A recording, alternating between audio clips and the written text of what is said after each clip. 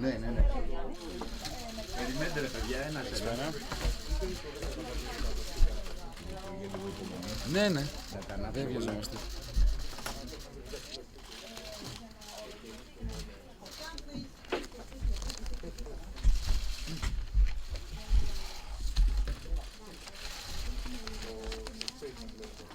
Τη διαδικασία.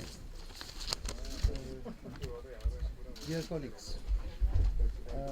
we are going to have a short statement in Greek, a short statement in English, and then following the questions, it's going to be an answer Greek or English, depending who is asking and which language.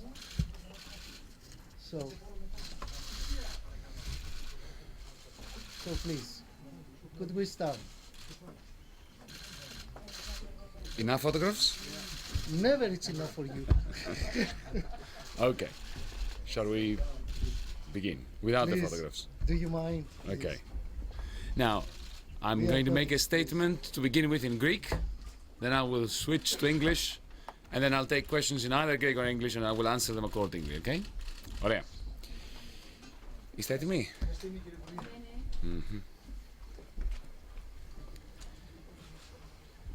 Χρειάστηκαν 3 meetings του Eurogroup, 3 συνεδριάσεις, έτσι ώστε να αλλάξουμε σελίδα. Να αλλάξουμε σελίδα ως Ελλάδα και να αλλάξουμε και σελίδα ως Ευρώπη. Η διαπραγμάτευση γίνεται για να επιτευχθεί μια συμφωνία. Η διαπραγμάτευση σημαίνει ταυτόχρονα... Παρακαλώ, όχι. Η διαπραγμάτευση σημαίνει ταυτόχρονα αμοιβαίες κινήσεις συμβιβασμού, αλλά και ταυτόχρονα σημαίνει να έχεις τη δυνατότητα να φανταστείς, να διανοηθείς τη ρήξη. Ότι θα πεις όχι σε αυτό που θα σου προτείνουν, εφόσον αυτό που σου προτείνουν δεν είναι σωστό και δεν είναι σωστό στη βάση ότι δεν έχεις τη λαϊκή εντολή να το αποδεχτείς. Σήμερα δείξαμε ότι η προσπάθεια εγκλωβισμού της νέας μας κυβέρνησης στις ασφικτικές προθεσμίες που συμφώνησε με τους εταίρους μας η προηγούμενη κυβέρνηση με μοναδικό στόχο αυτόν τον εγκλωβισμό και την ασφυξία μας, αυτή η προσπάθεια απέτυχε. Παρά το γεγονός ότι αντιμετωπίζαμε αυτή την αμήλικτη ημερομηνία της 28ης Φεβρουαρίου και τα χρονικά περιθώρια ήταν όχι μόνο ασφικτικά αλλά απάνθρωπα για μια κυβέρνηση που μόλις κέρδισε τη λαϊκή εντολή, αποδείξαμε ότι μπορούσαμε να διαπραγματευτούμε μέσα σε αυτά τα πλαίσια καλή πίστη μαζί με τους εταίρους μας και τους θεσμούς και να έχουμε ένα θετικό αποτέλεσμα. Νομίζω ότι καταφέραμε να συνδυάσουμε τη λογική με την ιδεολογία. Καταφέραμε να συνδυάσουμε το σεβασμό για τους κανόνες με το σεβασμό για τη δημοκρατία. Να σεβαστούμε το γεγονός ότι υπήρχε ένα πρόγραμμα το οποίο έτρεχε, αλλά και ταυτόχρονα να μην αποδεχτούμε την ρίση κάποιων ότι η δημοκρατία δεν αλλάζει τίποτα. Συνδυάσαμε την αποφασιστικότητα να μείνουμε όρθιοι, να μην μπούμε σκυφτοί σε μια διαπραγμάτευση, ιδίως κάτω από το τεράστιο βάρος, από την τεράστια πίεση και των χρονικών ορίων, αλλά και των εξελίξεων. Και να το συνδυάσουμε, να συνδυάσουμε αυτή την αποφασιστικότητα να είμαστε όρθιοι με μια, θα έλεγα, επιδέξια διαπραγματευτική στρατηγική που οδήγησε σε μια συμφωνία. Αυτή δεν είναι η στιγμή για να γιορτάσουμε παραπάνω, γιατί η συμφωνία αυτή είναι ένα μικρό βήμα, αλλά είναι ένα μικρό βήμα σε μια νέα κατεύθυνση. Κάθε μεγάλος αγώνας, κάθε μεγάλη πορεία ξεκινάει από ένα πρώτο βήμα προς αυτή την κατεύθυνση. Όταν θα τελειώσει αυτή η συνέντευξη τύπου, εμείς θα καταπιαστούμε να παράξουμε τον κατάλογο που υποσχεθήκαμε των μεταρρυθμίσεων αυτής της κυβέρνησης σε συνδυασμό με τους εταίρους μας. Το Σαββατοκύριακο αυτό θα είναι ένα Σαββατοκύριακο δημιουργίας και χαράς ότι η Ελλάδα αφήνει το μνημόνιο πίσω και γινόμαστε συνσυγγραφείς του καταλόγου των μεταρρυθμίσεων που θα εισάγουμε. Μεταρρυθμίσεις βαθιές και στοχευμένες στις πραγματικές κακοήθειες της ελληνικής κοινωνικής οικονομίας, κακοήθειες που δεν αγγίχθηκαν ποτέ στο παρελθόν, την ώρα που πλήττονταν μόνο οι ανίσχυροι και οι αδύναμοι. Αποτρέψαμε με τη συμφωνία που επετέφθη σήμερα νέα υφεσιακά μέτρα. Αναιρέθηκαν οι δεσμεύσεις οι προηγούμενες για μειώσεις συντάξεων, για αύξηση στο ΦΠΑ στα νησιά εν μέσω καλοκαιριού, εν μέσω άνοιξης. Μέτρα στα οποία είχε δεσμευθεί η προηγούμενη κυβέρνηση, όπως γνωρίζουμε από κάποια emails. Παράλληλα ανατρέψαμε το αποπνικτικό πρωτογενές πλεόνασμα, την δέσμευση για αποπνικτικό πρωτογενές πλεόνασμα του 3% φέτος, όταν πέρυσι είχαμε πιάσει 1,5% και φέτος, λόγω της πολιτικής αναταραχής για την οποία δεν ευθυνόμαστε εμείς, για την οποία ευθύνεται μια κυβέρνηση η οποία αποφάσισε, η προηγούμενη, να επενδύσει στο φόβο ώστε να κρατηθεί στην εξουσία. Αυτό το πρωτογενές πλεόνασμα που θα πετύχουμε φέτος θα συνάδει, όπως λέει και η απόφαση η σημερινή του Eurogroup, θα συνάδει απόλυτα με την κοινή μας εκτίμηση των εταίρων μας και ημών όσο αφορά τις πραγματικές συνθήκες που αντιμετωπίζει η ελληνική οικονομία. Θα προσέξετε ότι υπάρχει ένας άλλος όρος, appropriate primary surpluses, δηλαδή πρωτογενή πλεονάσματα για τις επόμενες χρονιές που να συνάδουν με τις πραγματικές παραμέτρους της ελληνικής οικονομίας και να συνάδουν και με μια επανεκτίμηση μαζί με το Διεθνές Νομισματικό Ταμείο και άλλους φορείς του ποιο είναι το βέλτιστο πρωτογενές πλεόνασμα, είδατε, η κούραση. Ποιο είναι το βέλτιστο πρωτογενές πλεόνασμα, το οποίο συνάδει παράλληλα με την απομείωση του χρέους, στην έξοδο της Ελλάδας από την κρίση και στο να ανακουφιστεί ο ιδιωτικός τομέας στην Ελλάδα, τον οποίο αυτά τα πρωτογενή αυτά τα πρωτογενή πλεονάσματα, τα οποία ήταν συμφωνημένα, ουσιαστικά θα οδηγούσε στην πλήρη ασφυξία για τα επόμενα 5, 8, 10 χρόνια. Θα δείτε ότι είχαμε κάποιες δεσμεύσεις. Έτσι είναι οι διαπραγματεύσεις. Δεσμευτήκαμε, για παράδειγμα, ότι δεν θα προβούμε σε καμία μονομερή κίνηση η οποία θα έχει αρνητικό αποτέλεσμα στη δημοσιονομική ισορροπία, στην χρηματοπιστωτική σταθερότητα και γενικότερα στην οικονομική ανάκαμψη της χώρας. Αυτή κατά έναν τρόπο, κατά σημαντικό τρόπο, είναι μια δέσμευση που θέλαμε να έχουμε. Όποιες μεταρρυθμίσεις εισάγουμε, είτε πρόκειται για τα εργασιακά, είτε πρόκειται για τα κόκκινα δάνεια, είτε πρόκειται για τις ληξιπρόθεσμες οφειλές των πολιτών του κράτους.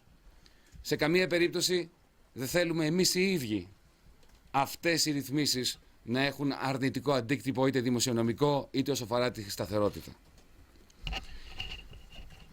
Παράλληλα, στο τετράμινο το οποίο συμφωνήσαμε ότι θα είναι η επόμενη διάρκεια, στην επόμενη διάρκεια θα είναι η περίοδος που χτίζουμε μια νέα σχέση με την Ευρώπη και με το Διεθνές Νομισματικό Ταμείο.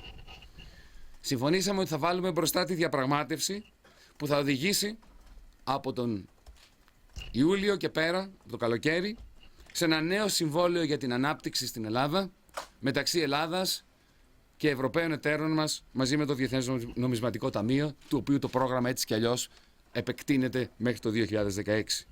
Με στόχο την πραγματική έξοδο από την κρίση, την έξυπνη απομείωση του χρέους, την οποία θα τη συζητήσουμε με τους θεσμούς και ιδίως με το Διεθνές Νομισματικό Ταμείο, το οποίο είναι καθήλυνα αρμόδιο για να συζητήσει μαζί μας αυτό που λέγεται DSA, Debt Sustainability Analysis, και με τους εταίρους μας βεβαίως, που και αυτοί, κατά τη δική μας άποψη, έχουν να κερδίσουν από μια έξυπνη αναδιάρθρωση του χρέους μας. Και θέλω να κλείσω λέγοντας το πιο σημαντικό κατά μένα. Η Ελλάδα σήμερα βγήκε από την μοναχική απομόνωση στην οποία βρισκόταν τα τελευταία 5 χρόνια των μνημονίων στο Eurogroup. Σήμερα πετύχαμε η Ελλάδα μέσα από τη διαπραγματευτική της στρατηγική, επειδή διανοηθήκαμε τη ρήξη και είπαμε την αλήθεια, δεν χρησιμοποίησαμε απειλές, δεν μπλοφάραμε, να δημιουργήσουμε ερίσματα εντός του Eurogroup, εντός της Ευρωπαϊκής Ένωσης, που καθιστούν την Ελλάδα τη χώρα εκείνη η οποία ουσιαστικά δίνει στον εαυτό της αλλά και στην Ευρώπη την ευκαιρία να γυρίσουμε όλοι μαζί σελίδα, να πάψει να υπάρχει μια ασφικτική λιτότητα ως ο μονόδρομος για την έξοδο από την κρίση και να μπορέσουμε επιτέλους στην Ευρώπη των λαών να μιλάμε ξανά για το ιδεώδες μιας κοινής πορείας προς την ευημερία. Ευχαριστώ πολύ. Θα μιλήσω αγγλικά. Το είπα. So now I'm going to make the same statement, if I can, in English. Because I don't trust translators. You can't quote me on that. So it took 3 Eurogroup meetings for Greece and for Europe to turn a page. They were difficult meetings, but in the end, we have shown that negotiation means both compromise and a readiness to imagine that you may have to say no to proposals, to suggestions, to offers that you don't have a moral right, a political right, a mandate to say yes to. Today we demonstrated that the previous government's attempt to entrap this young government into asphyxiating straitjackets, into a very tight schedule whereby immediately after our election we had a few short weeks in order to negotiate for the very first time in the history of our bailout since 2010, genuinely to negotiate in good faith but powerfully and in a committed manner to negotiate a way out for our country. We combined two things that are usually imagined to be contradictory. We combined logic and ideology in the way that we bargained. We combined respect for the rules and respect for democracy. We averted the view that a country that is heavily indebted and in a program cannot possibly claim that elections can change something.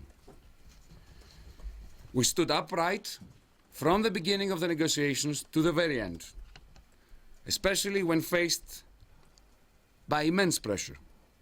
And we showed that we were committed to skillful negotiations for the purpose of achieving a mutually beneficial agreement between us and our European partners. From the very first day that we got elected, we stated unequivocally, this government, and I personally, we are not in the business of shortchanging our partners. We are not in the business of coming here in a tug of war to say, give us something when you lose something. We refuse to look at this negotiation as a zero-sum game where our gain is somebody else's loss. We genuinely and faithfully targeted one objective, and that was the interests of the average European. And we believe that today the agreement that we reached through this negotiation does place the interest of the average European above all else. Now, enough of this self-congratulation. This is time for work. I haven't finished, Paul. Be patient. It's a virtue. As you have heard from Mr. Dijsselbloem, whom, by the way, I want to thank profusely for the excellent work that he did today to steer the Eurogroup towards a successful completion of at least this phase,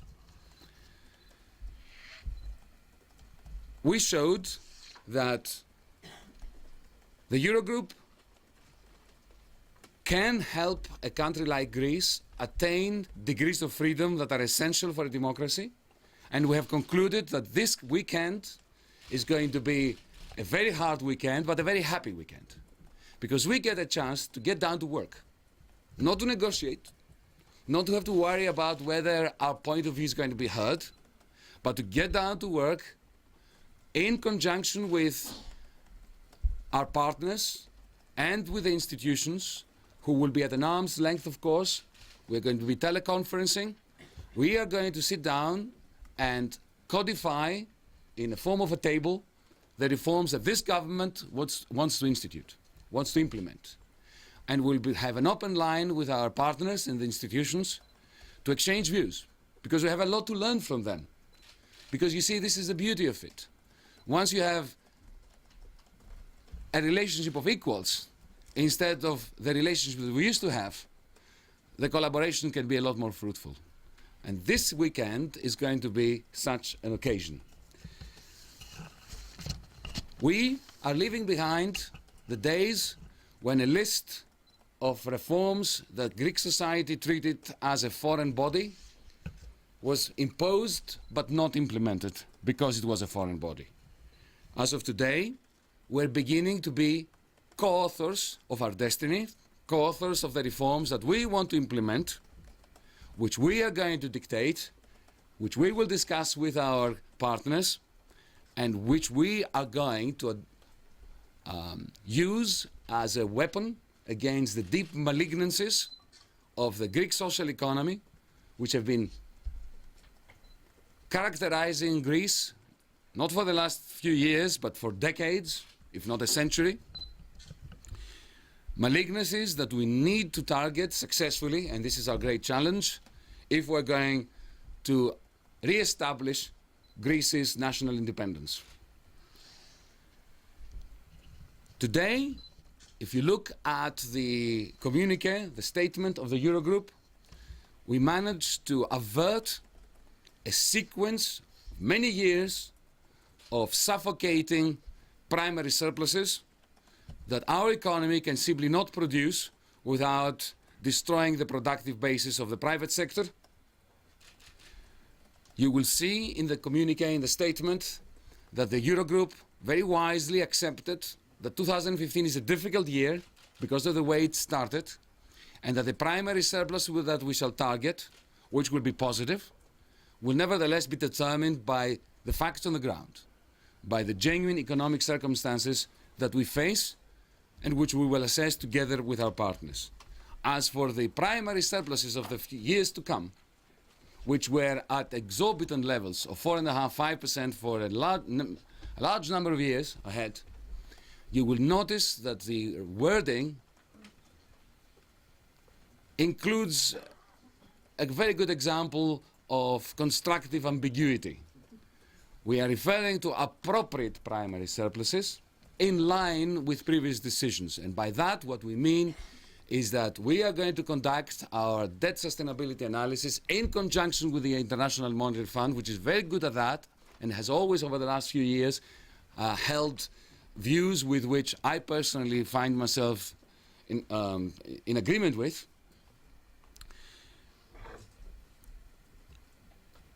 At the very same time, we're going to commit, both sides need to commit in an agreement, but this time I am pleased to report that our commitments are commitments that we will want to make anyway. We committed not to be changing any piece of legislation or introducing unilateral measures that will jeopardize economic recovery, financial stability, and the fiscal position of the government. This is a commitment which is actually pretty good for us. Sometimes, like Ulysses, you need to tie yourself on a mast in order to get to where you're going and to avoid the sirens. We intend to do this. We have averted, at the very same time, recessionary measures that were part of the previous arrangement. As you will see, there is no mention of any requirement that we reduce pensions, that we increase VAT in the Aegean Islands at a time when tourism is picking up as the spring is coming. Simultaneously with this agreement, we are putting together our teams that will begin the long, well, not that long, medium-term process of negotiating what we call a future contract for Greek recovery and growth, a contract between equals, between the Greek authorities, our partners and the institutions, to commence after June, after this 4-month period ends, with a view to growing ourselves out of the crisis, to negotiating with our partners ways of smartly restructuring our debt in a way that allows both Greece to breathe more easily and to repay in net present value terms more money to our partners. Remember, our task is to maximize the prospects of the average European citizen, not just of the average Greek. And allow me to finish by saying that today was a pivotal moment because Greece, which for 5 years now, during the bailout period, has been quite lonely in the Eurogroup, quite isolated. We felt this isolation in the last couple of Eurogroups. Today, that isolation has broken. Today, we have found partners amongst those who, up until very recently, looked at us with suspicion. There are some partners still that are looking at us with suspicion. This is our challenge to win over their trust, and we intend to do this. This is only a very first step on a long journey, but long journeys have to commence with a step. The difference between this step and previous steps is that this is a step in the right direction. Thank you very much. There are questions. Κύριε Υπουργέ, υπάρχει μια αίσθηση ότι εγκαταλείψατε το προεκλογικό πρόγραμμα, ώστε και μεταβατικά, ότι χωρίσατε κάποιες δυνατότητες ή εξαγγελίες ή δεσμεύσεις που είχατε αναλάβει και προεκλογικά αλλά και στις προγραμματικές δηλώσεις σε αυτή τη διαπραγμάτευση. Έχουν εξαγγελθεί νομοσχέδια, 100 δόσεις εργασιακά και προσλήψεις για παράδειγμα. Η κατάργηση του έμφυα που είναι βασική δέσμευση της κυβέρνησης. Αυτά θα γίνουν. Δηλαδή την άλλη εβδομάδα θα έχουμε νομοσχέδια έτσι όπως τα έχει εξαγγείλει η κυβέρνηση ή θα ζητάμε την έγκριση της Κομισιόν ή των δανειστών γενικότερα για να προχωρούμε σε αυτές τις συγκεκριμένες νομοθετικές ρυθμίσεις. Όπως είναι για παράδειγμα η ανθρωπιστική βοήθεια. Το ανθρωπιστικό πρόγραμμα θα υλοποιηθεί το ανθρωπιστικό πρόγραμμα σε αυτό το διάστημα. Και θα ήθελα έτσι μια προσωπική ερώτηση, γιατί περάσατε πολλά αυτές τις μέρες. Νιώσατε έτσι να υπήρχε απειλή για τη χώρα αυτές τις μέρες, αυτόν τον καιρό, κίνδυνοι, Brexit και διάφορα τέτοια? Λοιπόν, καταρχάς, το προεκλογικό μας πρόγραμμα αφορά μια ολόκληρη τετραετία. Αυτή η συμφωνία αφορά 4 μήνες. Δεύτερον, και πολύ σημαντικό, ακόμα πιο σημαντικό, το προεκλογικό μας πρόγραμμα συστηματικά και με συνέπεια αναφερόταν στην ανάγκη ό,τι μέτρο εισάγουμε να μην εκτροχιάζει τον προπολογισμό, να μην δημιουργεί προβλήματα σταθερότητας, να μην δημιουργεί προβλήματα στην ανάκαμψη. Το αντίθετο μάλιστα, να την ενισχύει. Αυτή είναι η μόνη δέσμευση που πήραμε σήμερα. Ότι κανένα από τα μέτρα τα οποία θα εισάγουμε δεν θα έχει αρνητικό αντίκτυπο στη δημοσιονομική σταθερότητα, στην χρηματοπιστωτική σταθερότητα και γενικότερα στις προοπτικές της οικονομικής ανάπτυξης. Αναφερθήκατε σε συγκεκριμένα μέτρα. Θα σας πω ότι το ζήτημα των κόκκινων δανείων, των ληξιπρόθεσμων οφειλών στο δημόσιο, που οι αναπληρωτές υπουργοί του Υπουργείου μου, η κυρία Βαναβάνη και ο κύριος Μάρδας, ανέπτυξαν αρκετά στη συνέντευξη τύπου της προάλλες. Αυτά τα πράγματα, αυτά τα ζητήματα παραμένουν κορυφαία για μας. Και είναι κορυφαία. Και θα τα αντιμετωπίσουμε άμεσα. Δεν θα περιμένουμε το τέλος αυτού του τετραμήνου, αλλά θα τα αντιμετωπίσουμε με έναν τρόπο που δεν θα έχει κανέναν απολύτως αντίκτυπο στη δημοσιονομική, χρηματοπιστωτική σταθερότητα και βεβαίως στις προοπτικές ανάπτυξης. Θεωρώ, και γι' αυτό είπα προηγουμένως, το είπα και στα ελληνικά και στα αγγλικά, ότι αυτή μας η δέσμευση είναι απαραίτητη. Εμείς δεν έχουμε σκοπό να καταργήσουμε τον έμφυα και ξαφνικά να δημιουργήσουμε μια μαύρη τρύπα στον προϋπολογισμό. Το πρόβλημα με τον έμφυα είναι ότι είναι ένας φόρος μη αποτελεσματικός επειδή είναι άδικος. Επιτέλους πρέπει να έχουμε φόρους και φορολογικά πλαίσια που να είναι αποτελεσματικά επειδή είναι δίκαια και δεν χρειάζονται ούτε τον πατριωτισμό αλλά ούτε και το ΣΔΟΕ. Περνάω στο δεύτερο που μου ζητήσατε να σας αναφέρω. Κοιτάξτε, πρέπει να είμαστε προσεκτικοί. Είναι αλήθεια ότι υπέστημεν τεράστιες πιέσεις. Οι περισσότερες από αυτές, και το ξέρετε εσείς δημοσιογράφοι καλύτερα από μένα, προέρχονταν από διαρροές, προέρχονταν από κύκλους. Δημιουργούσαν όμως ένα μεγάλο κλίμα. Ένα μεγάλο κλίμα αστάθειας και ανησυχίας στον ελληνικό πληθυσμό, στους Έλληνες πολίτες, στις τράπεζες και ούτω καθεξής. Αυτό σταμάτησε σήμερα. Και σταμάτησε γιατί η Ευρώπη κατάφερε να συνδυάσει αυτά που είπα προηγουμένως, το σεβασμό απέναντι στους κανόνες με το σεβασμό απέναντι στη δημοκρατία. Και στο γεγονός ότι υπάρχει μια νέα ελληνική κυβέρνηση η οποία έχει άποψη για το ποιο πρέπει να είναι το νομοθετικό πλαίσιο, το πλαίσιο της πολιτικής. Νομίζω ότι σήμερα η Ευρώπη ολόκληρη μπορεί να νιώθει καλύτερα με τον εαυτό της ότι έχει ξεπεράσει τα τελεσίγραφα, έχει ξεπεράσει τις διαρροές και πορεύεται με τον τρόπο που θα έπρεπε να πορεύεται η Ευρώπη. Yes, please. Paul. First of all, on the actual substance of the deal, as far as you're concerned, apart from the process of review, what is substantively different between your letter of Thursday morning and this? That's the first question. What movement is there? Second question is... Can I answer this question, then you can come back, because I'll forget it, right? Fatigue is not very good for one's memory banks. Okay. I don't think there's any substantive difference. Our letter of course, our letter. So you can't imagine that the Eurogroup, which is, comprises 19 ministers of finance, the institutions,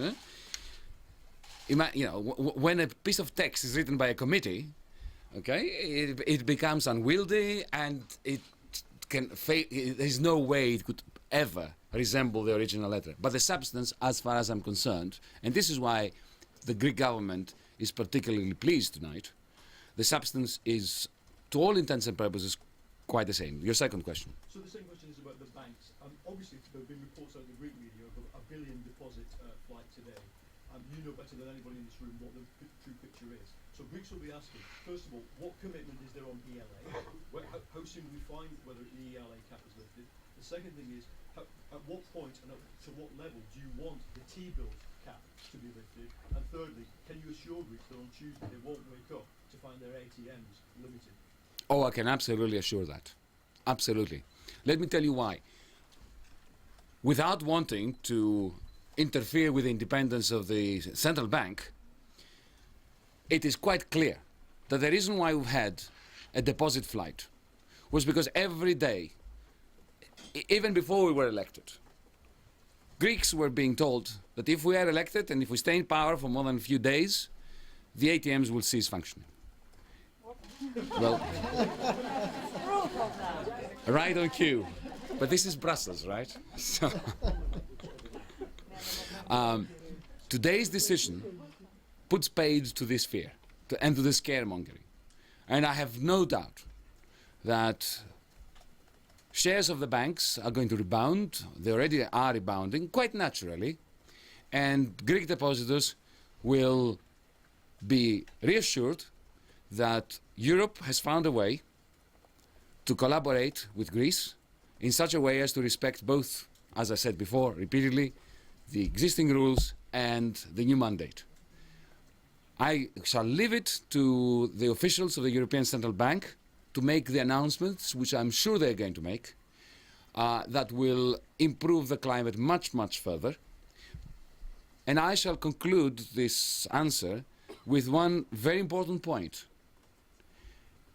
You read in this statement that there is an explicit commitment that the 10-11 billion euros, which remains within the Greek financial stability facility, will be renewed, and that it will be used exclusively for the purposes of recapitalizing the banks, for dealing with resolutions.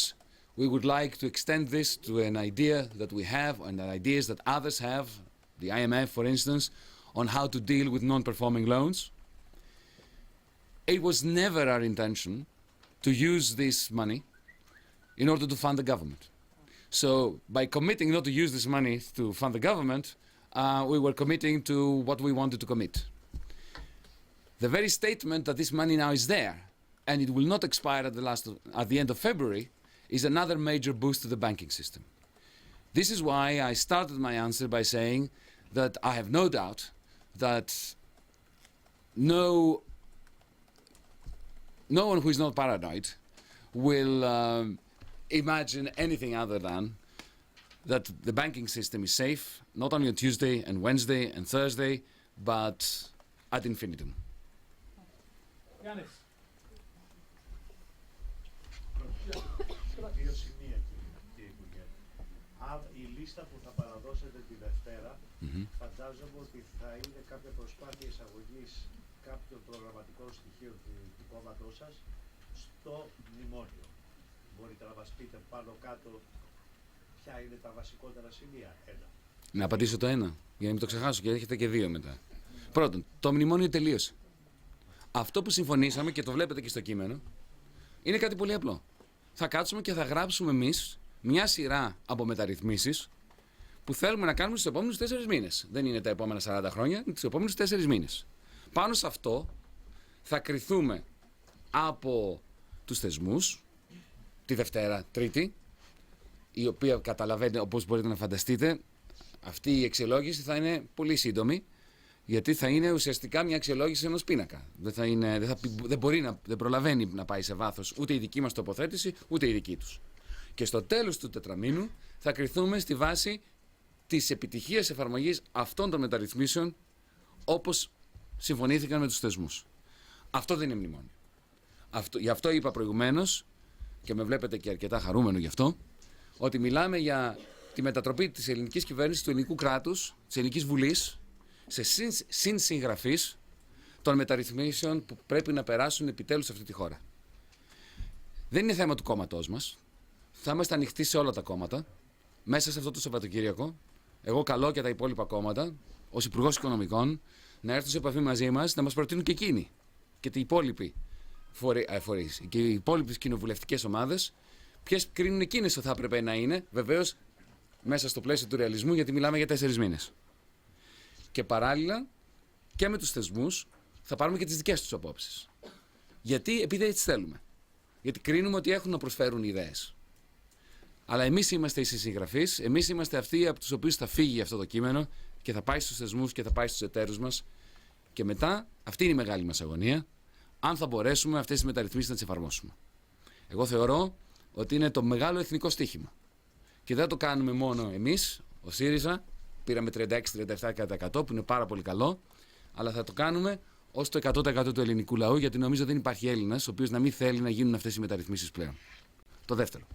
Δεύτερο είναι, είσαστε σε θέση αυτή τη στιγμή να εκτιμήσετε αν μετά την παρέλευση του τετραμήνου η Ελλάδα θα μπει σε αυτό το λεγόμενο προληπτικό καθεστώς ή θα μπορέσει να μιλαναρίζεται στις αγορές? Κοιτάξτε. Η δική μας θέση και η δική μας διαφωνία με κάποιους που μας ασκούσαν κριτική και μας ασκούν κριτική, ότι δεν βγαίνουμε από αυτή τη σχέση συμβολέου, την συμβατική σχέση με τους εταίρους μας, είναι η πάγια θέση που είχαμε και η πάγια θέση που είχα και εγώ, πολύ πριν ασχοληθώ με την πολιτική, ότι όταν έχεις ένα μη βιώσιμο χρέος, δεν μπορείς να βγεις στις αγορές. Γι' αυτό είναι μέρος της στρατηγικής μας η διαπραγμάτευση αυτή να αφορά για την επόμενη περίοδο, για αυτό που λέμε το Συμβόλαιο Ανάκαμψης και Ανάπτυξης μεταξύ της Ελλάδας και των εταίρων μας, της Ευρώπης και του Διεθνούς Νομισματικού Ταμείου, παράλληλα να έχουμε μια πιο λελογισμένη δημοσιονομική πολιτική όσο αφορά τα πρωτογενή πλεονάσματα, να έχουμε μια συζήτηση για το πώς θα γίνει η έξυπνη απομείωση του χρέους μέσα από swaps που έχουμε προτείνει κτλ. Και σας διαβεβαιώ ότι έχουμε βήκα ότα στους θεσμούς, γι' αυτό, εφόσον ολοκληρωθεί αυτή η τετράμηνη περίοδος, έτσι ώστε να μπορούμε με αξιώσεις να βγούμε στις αγορές και όχι να κάνουμε αυτό που έκαναν άλλες κυβερνήσεις στο παρελθόν, να ανακοινώσουν στο πλαίσιο του ευχολογίου ότι θα βγουν στις αγορές. Yes, please. Yes. Yes, Bruno please. Woodfield, Telegraph. I just wanted to. I find it. I understand your position. I understand that it's been a difficult negotiation. But you've said to us a few times that you're here not just making the typical negotiation. You're here to speak economic truth. You're also here to represent the will of Greek voters who took a decision in elections to have a break with the past. Your Syriza's legislative programme is now in tatters. You've signed up to the MOU, albeit with some flexibility language in the style of Matteo Renzi, but that's what it seems. It seems to an observer. So perhaps you shouldn't have been negotiating in the interest of the average European. Perhaps you should have been negotiating for Greek voters, because they still don't really seem to have got what they voted for. Well, let's be clear on one thing which I did say previously, but it was all Greek to you, so I shall try to repeat it in a language that you can just about understand, given my accent. Right, we didn't sign up to any MOU. This is the beginning of the new phase without an MOU. The MOU is there in abeyance. If you read this, you'll find that this is indeed a new page. What we have committed to is that we are going to write our own script on reforms that need to be enacted. We will be judged on the basis of those. And in addition, there is a clear commitment by the Eurogroup, firstly for 2015 to do away with the 3% primary surplus requirement, and secondly to project this into the future by saying that agreeing to use the what I call the constructive ambiguity of the term appropriate primary surpluses for the period after the end of the 4-month period. We negotiated on behalf of the Greek people, and we negotiated leading to an agreement that is indeed mutually beneficial for the Greek and the rest of the European peoples. Αυτή την ώρα συμφωνία υπάρχει, Υπουργέ. Αν τη Δευτέρα δεν γίνουν δεκτές οι προτάσεις που θα κάνετε. Θα πάρετε το λόγο πρώτα. Σας πειράζει να πω πρώτα στο θόνο για να μην είναι παραπονεμένος? Θα απαντήσω και σε εσάς. Εννοείται.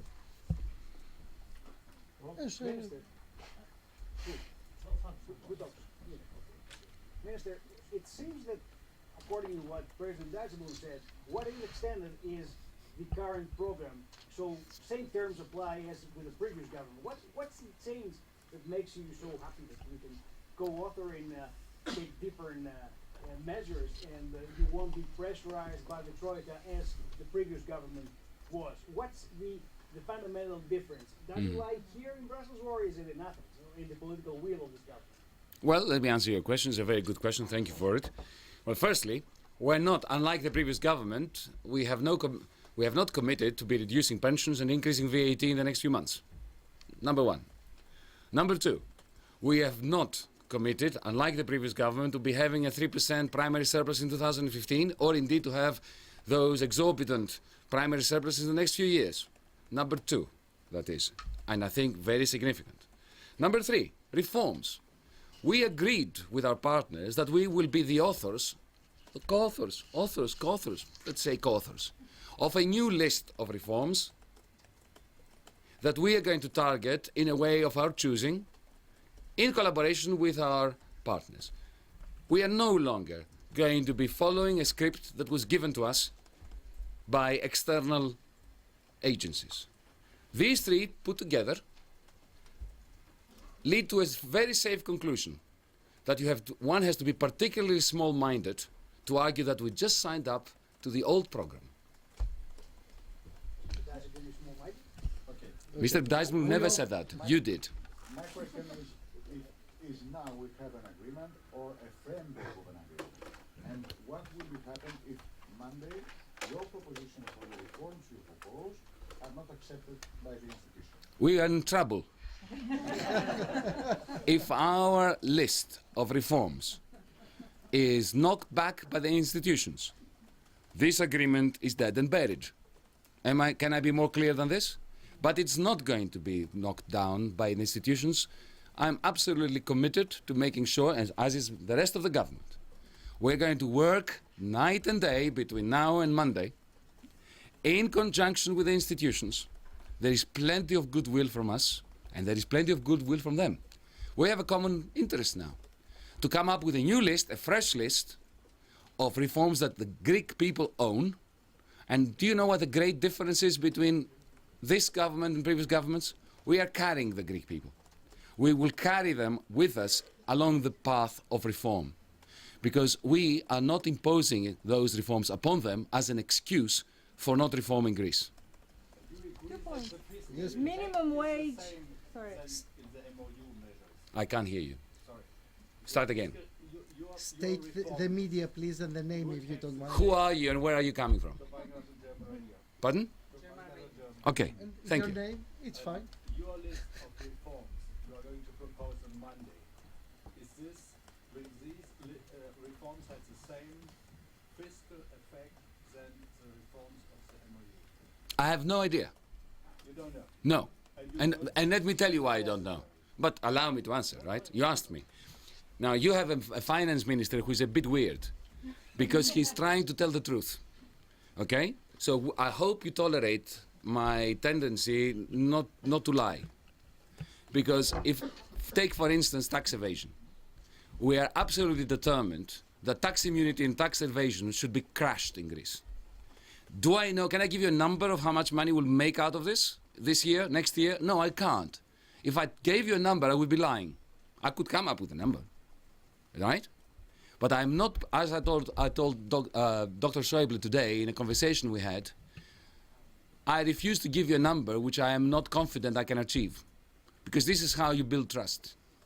But I can also assure you, sir, that this government is absolutely determined to attack these problems, the malignancies that I referred to, and to do it with maximum effect so as to put Greece back on the road and rebuild trust with our partners.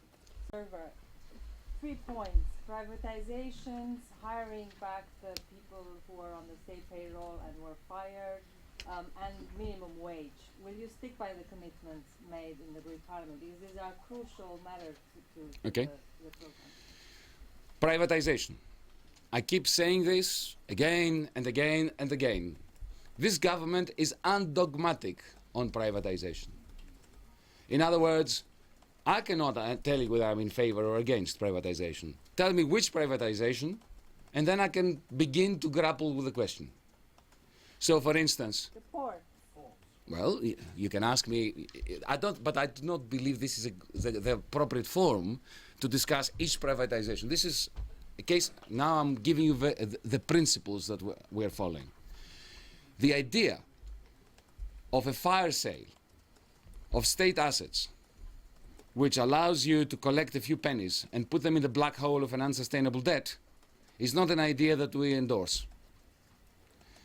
Indeed, you don't need to be a member of the radical left of Greece to agree with this. I think that most of my colleagues around the Eurogroup endorse this position. We want state assets to be developed. The greatest problem that we have with our assets, our public assets, is that they are hopelessly undeveloped. So the number one priority is to increase their value, to increase their capacity to contribute to Greek economic activity. Hopefully, we would like to be able to develop them in such a way that they can become part of a developmental project, possibly a development bank, that will use it as collateral, and through smart financial engineering, allow and tap a stream of investments that then can produce income for the state, and in particular for pension funds, which are a very big problem for Greek society. This is the question on privatization. I haven't finished, because you also asked me, what was the other thing? The minimum wage. it is our commitment to raise the minimum wage. Let me tell you this. Firstly, this concerns only the private sector, so it doesn't have any fiscal impact. The concern that our partners have relates to competitiveness. So what we intend to do is make sure that the very low living standards of minimum wage receiving workers in Greece are raised, but in a manner that enhances competitiveness rather than the opposite. We shall find smart ways of doing this, and we shall do it by means of consultation. And remember, this commitment that we are not going to take any unilateral moves in this sense concerns the next 4 months. We're not committed to what happens after June on this. This will be part of the next negotiation.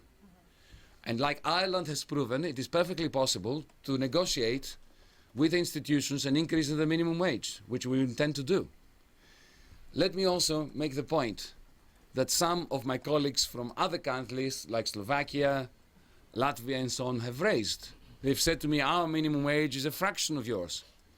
My response to them, and I share this response with you, is that yes, but your price level is much lower than ours. In Greece, because of the Ponzi growth that we had in the 2000s, prices escalated. And even though they were deflated as a result of the debt deflationary spiral of the last 5 years, they have not deflated enough. And do you know why they didn't deflate enough? Prices came down, but wages came down much faster. The reason is the product markets in Greece are highly oligopolistic. And when you have bankruptcies due to the crisis, competition is reduced. So the rate of descent of prices slows down compared to the rate of descent of wages. This is why deflation gets worse, and why affordability is worse in Greece than it is in countries where wages are lower. So these are the kinds of ideas that we're bringing to the table in Europe, and which we want to discuss with our partners in order, firstly, to have a genuine dialogue that doesn't go through the distorted lens of the media, of reports, of disinformation, that makes some of our partners, quite understandably, given the distortion, mistrust our deeds. Thank you. Employees? Oh, the state employees, I want to answer that question too. I want to answer that. Wait, I'll answer your question. I'm not going away. Okay? How many state employees are we going to, wrongfully dismissed state employees are we going to rehire? Just 2,100, thereabouts. Okay? The previous budget, the previous government's budget, specifies 15,000 hirings. If we, and we shall, when we shall re-employ these 2,000, they will be embedded within those 15,000. And we may even hire fewer than 50,000, depending on our budgetary situation. This is why we're committed to not making any moves that have an adverse net fiscal effect on the budget. And we shan't, while at the same time keeping our promise to rehire those, in particular the example that I always give are the cleaning ladies of my ministry, which were shamefully thrown out by the same ministry that created the debt deflationary spiral. We shall rehire them, but we shall find cost-effective means of ensuring that that is not bearing upon the net fiscal position of either the ministry or the state budget. Γιατί ζήτησαν οι εταίροι τη μείωση του χρονικού πλαισίου για την επιτέλεση τελικής συμφωνίας από 6 σε 4 μήνες? Σας δημιουργεί αυτό κάποιες δυσκολίες ως προς την επίτευξή του? Κοιτάξτε, η αρχική μου πρόταση όταν πήγα στο Παρίσι και είδα τον κύριο Σταπάν, πήγα στο Βερολίνο και είδα τον κύριο Σόιμπλε, ήταν για μέχρι τέλη Μαΐου. Κάποια στιγμή οι εταίροι μας ή κάποιοι από τους εταίρους μας θα πείτε γιατί το κάνουμε μέχρι τον Αύγουστο για να έχουμε πιο πολύ χρόνο. Όταν οι ίδιοι εταίροι μας έρχονται και προτιμούμε τον Ιούνιο, προτιμούμε τον Ιούνιο, εμείς δεν θα διαφωνήσουμε γι' αυτό. Και δεν θα διαφωνήσουμε γιατί όσο πιο κοντά είναι αυτή η χρονική περίοδος, τόσο πιο γρήγορα θα αρχίσει το νέο συμβόλαιο για την ανάπτυξη της χώρας.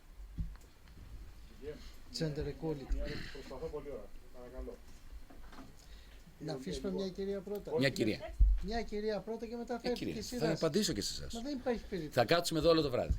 Μια χαρά. Εντάξει. Φέρουμε και μπύρες, τι θέλετε. Μάλιστα. Βεβαίως. Να ρωτήσετε. Υπουργέ, στην ανακοίνωση διαβάζουμε ότι η κυβέρνηση δεσμεύεται ότι δεν θα καταργήσει προηγούμενα μέτρα, δεν θα ακυρώσει προηγούμενα μέτρα. Δεν το διαβάσετε όλο. Για διαβάστε και το υπόλοιπο. Το άλλο λέει ότι δεν θα πάρει κανένα μέτρο με δημοσιονομικό κόστος. Όχι. Δηλαδή δεν θα καταργήσει μέτρα τα οποία έχουν δημοσιονομικό, χρηματοπιστωτικό αντίκτυπο ή αντίκτυπο στην ανάκαμψη της χώρας. Όπως το κρίνει κανένα μέτρο, κανένα προηγούμενο μέτρο. Όπως το κρίνουν οι θεσμοί. Με τη λογική των θεσμών. Δεν διαφωνούμε. Μέχρι τον Ιούνιο. Όχι, δεν είναι έτσι. Γιατί και εμείς η δικιά μας κρίση δεν διαφέρει πολύ, ξέρετε. Και εκεί θα το συζητήσουμε και με τους θεσμούς. Νομίζω ότι όταν ξεκινάει μια νέα τέτοια σχέση, θα υπάρξει μια νέα συνεννόηση. Είμαι αισιόδοξος. Να προχωρήσω λοιπόν στην Βεβαίως. ερώτηση πάνω σε αυτό. Λοιπόν, η επαναφορά του κατώτατου μισθού είναι ακύρωση προηγούμενου μέτρου. Η επαναπροσλήψη στο ίδιο. Επίσης, είπαν ότι δεν θα μειωθούν συντάξεις. Η ρήτρα μηδενικών ελλημάτων είναι προηγούμενο μέτρο. Θα τα ακυρώσετε. Αυτό δεν υπάρχει εδώ. Η ρήτρα μηδενικών ελλημάτων στα ταμεία είναι προηγούμενο μέτρο. Κοιτάξτε, αν υπήρχε πραγματική ρήτρα μηδενικών ελλημάτων στα ταμεία, αυτή τη στιγμή τα επικουρικά ταμεία θα δούλευαν πολύ διαφορετικά από ό,τι δουλεύουν. Σας διαβεβαιώ ότι σε αυτό το ζήτημα υπάρχει άπλετη ελαστικότητα από τη μεριά των εταίρων μας.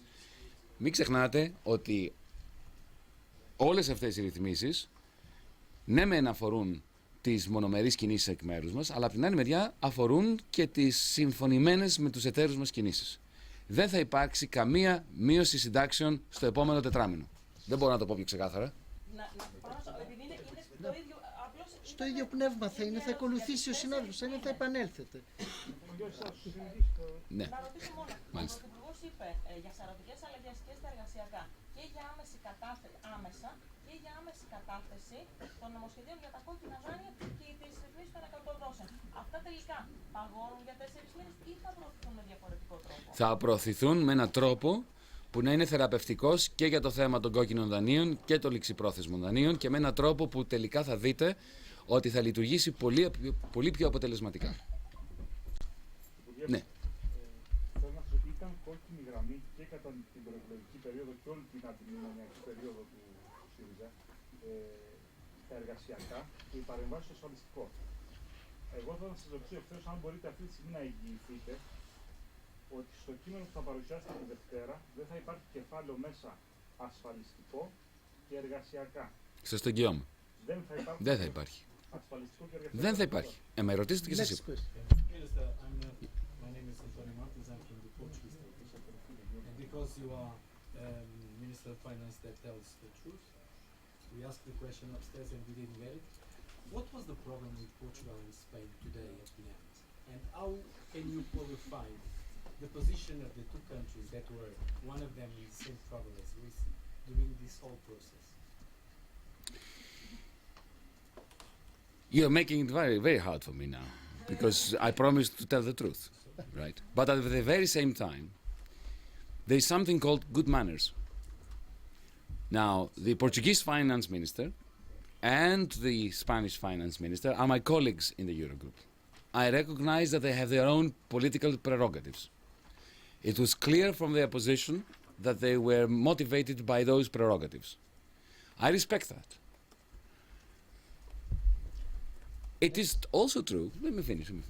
It is also true that Greece has borrowed a significant quantity of money from these countries. Okay? Well, it was about 20 billion from Spain.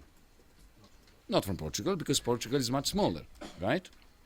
But even if you look at it per capita from Portugal, it was not insignificant. Now we, as a party, and me personally, in 2010 were completely against those bailout loans because it was clear that they were, in a sense, never going to work from the perspective of reinvigorating the Greek economy. That money never went to Greece. 90% of it went to the banks. And the conditions, the strings that were attached to that money put us in a negative spiral whereby we lost the income from which we could repay you. what is essential now is within the Eurogroup that we have a sensible discussion whereby the end result of that discussion is a new framework that allows countries like Greece and Portugal, I should say, to grow out of the crisis so that we can repay our debts to one another and to others. And to do this, I need to maintain an excellent working relationship with my colleagues from Portugal and Spain, and therefore you will allow me to discontinue the answer at this very point. Thank you. Just short questions. My name is Wasim Ibrahim from SAP newspaper. Minister, if it's not, I'm not going to say that easy, but if it's going to be in 2 days, why the previous government didn't do it? Because they didn't do it and they lost the votes. This is the first one. Can I answer this? Yes. Because I'll forget. Look, this is not a time to score party political points, especially towards a party that lost the election, the result of this being that we are the government. But I shall make a point generally, not just about the last government, about the governments from 2010 to 2012. The fundamental difference between those governments and ours is that, as I was saying before, they never imagined the possibility of saying no. If you can't imagine the possibility of saying no, you are not bargaining. You're not negotiating. And if you're not negotiating, in an environment like that of the crisis of the Eurozone, you end up accepting a deal which is in the end, as John Maynard Keynes said once about the Versailles Treaty, not only bad for the weak, but also bad for the strong. Second question. Second question, if we understand well, it means that the lenders, they can decide the physical targets, and you... The targets? Yes, the physical targets. No. This will... No, that's not true. We are going to decide them together. And we're going to decide them together on the basis of a sensible debt sustainability analysis. And not on the basis of an analysis that happened years ago and which is obsolete now, and which was based on wrong parameters, even according to the International Monetary Fund, from the way I read the International Monetary Fund's own proclamations regarding our debt and our primary surpluses. And if your list of reform doesn't work, so you will continue... If our list of reform doesn't work, and we fail in implementing them, we will have to face up to the Greek people and to our partners and say that we have failed and that we should suffer the consequences. Okay. Thank you. Jonathan. Given that we know disbursements of aid for the foreseeable future in the next months, how will the government cover its immediate cash needs? Do you expect to get an increase in T-bill issuance? And if so, by how much? This is a very crucial point. Today, we established the basis for an agreement that stabilizes the situation. We have not solved the problem of the fiscal gap. But this is the first step. I didn't suggest that we solved everything. First, you need to stabilize the situation and refound the relationship between ourselves, Greece, the Greek authorities, and our partners and the institutions. I'm sure that once we do this in the next week or so, serious discussion is going to start with institutions on ways and means of plugging this fiscal gap so as to be able to proceed forward. I can assure you that our partners and the institutions did not go through this very arduous, long process of reaching this agreement so as to fail in the task of stabilizing Greece fiscally, tying us over, solving the cash flow problem that we have over the next few months. It is not a big problem. It's just a cash flow problem, and especially if we manage to negotiate a good contract for the future, for Greece's recovery, I think that within the next 6, 7, 8 months, we are going to have not only stabilization, but genuine growth, and hopefully we will achieve our greatest dream, speaking for this government, of making the Greek issue much less sexy for journalists like you. Eleni. And I think that there's a expiration of bonds in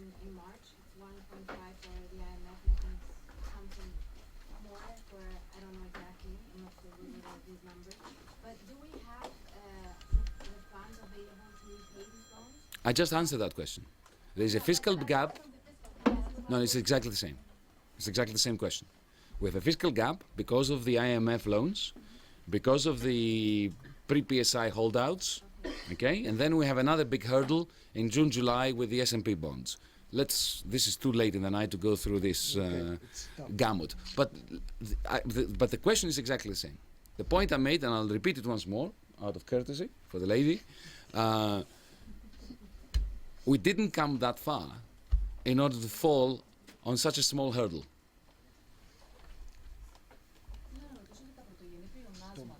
Το μέσο και όνομα. Για τα πρωτογενή πλεονάσματα, λοιπόν, παρότι δεν έχει εδώ σαφή αριθμό, σαφή νούμερο, δηλαδή στο όφελο για το πρωτογενές πλεόνασμα, λέει όμως ότι πρέπει να είναι βάση του statement του Eurogroup του 2012. Όχι. In line, όχι βάση. Όχι based on. Όχι, δεν είναι ούτε αυτή. Λέει in line, δεν λέει in straight line. Κοιτάξτε. Είναι πάρα πολύ απλό. Να σας απαντήσω και θα σας απαντήσω απολύτως ειλικρινά. Έτσι.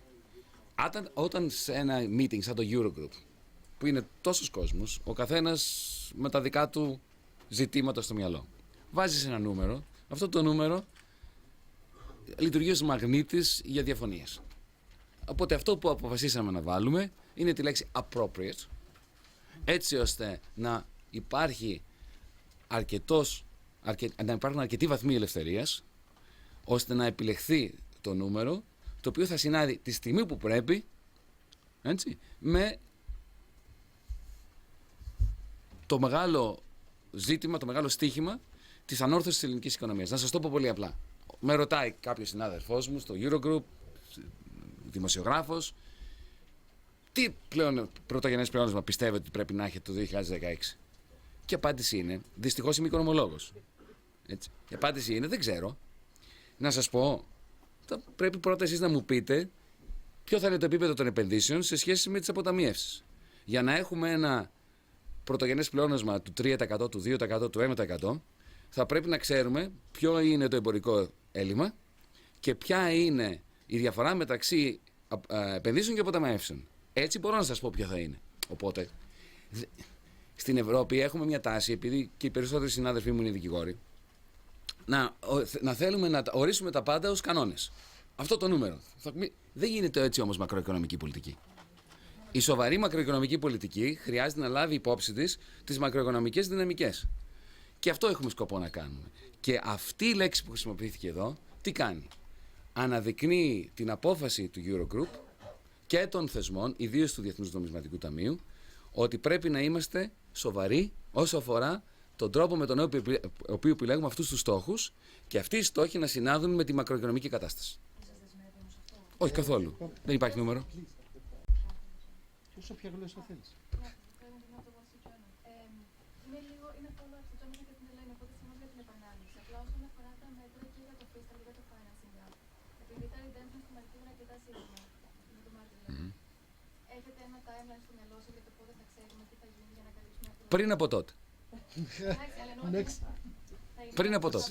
Πριν από τότε. Δεν έχουμε φτάσει ακόμα, αλλά θα το φτάσουμε, θα δείτε.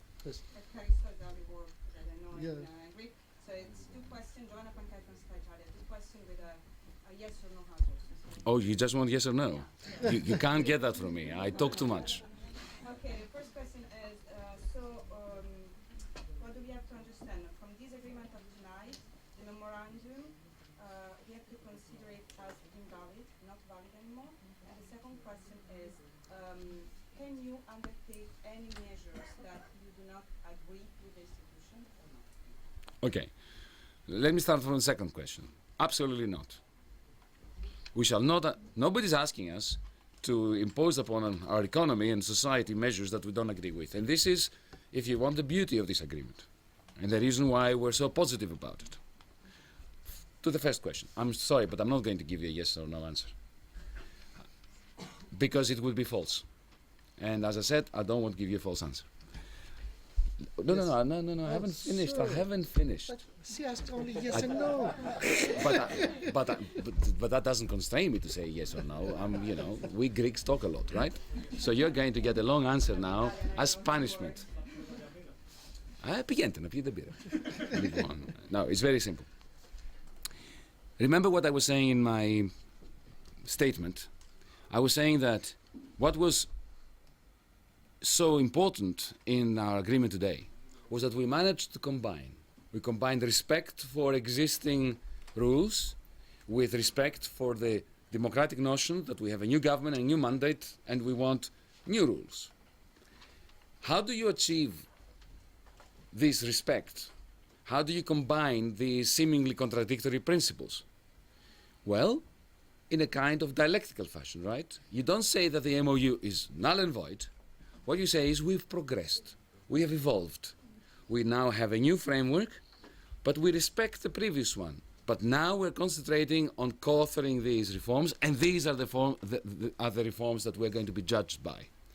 So the yes or no opposition that you want me to accept simply fails to understand the achievement of the Eurogroup today. Yes, please. Ένα σχόλιο για το HFSF, δηλαδή το buffer, το οποίο αυτή τη στιγμή βλέπουμε ότι από εδώ και πέρα μάλλον θα εκτεύξει το HFSF. Καθόλου. Καθόλου. Όχι. Όχι, δεν είπε τέτοιο πράγμα. Είπε ότι should be held by the EFSF. Μα και σήμερα αυτό συμβαίνει. Απλά αυτό που λέει είναι, να σας το πω πολύ απλά τι λέει. Δεν θα τα πάρετε εσείς να τα ξοδέψετε. Αυτά τα χρήματα είναι εκεί για τις τράπεζες. Και εμείς λέμε ευτυχώς. Γιατί αυτό θέλουμε και εμείς. Από την προεκλογική μας εκστρατεία, ποτέ δεν είπαμε ότι θα τα χρησιμοποιήσουμε εμείς για να χρηματοδοτήσουμε το ελληνικό κράτος. Ποτέ. Είπατε ότι θα πάρετε 2 δις από το Ταμείο του Χουσού και να χρηματοδοτήσετε μερικώς το πρόγραμμα της Θεσσαλονίκης. Δεν το έχω πει ποτέ εγώ αυτό. Δεν ξέρω ποιος το έχει πει αυτό. Εγώ σας λέω ότι η δική μας η θέση, και αυτή τη στιγμή σας μιλάω ως Υπουργός Οικονομικών, είναι ότι αυτό το buffer, αυτό το μαξιλάρι θα χρησιμοποιηθεί για την ανόρθωση του τραπεζικού συστήματος, θα χρησιμοποιηθεί για τα κόκκινα δάνεια, θα χρησιμοποιηθεί για οτιδήποτε έχει να κάνει με την εξισορρόπηση και την χρηματοπιστωτική σταθερότητα. Να σας ευχαριστήσουμε. Καλό κουράγιο, καλή δύναμη και ελπίζουμε την επόμενη φορά να είναι πιο σύντομη. Ευχαριστώ πολύ.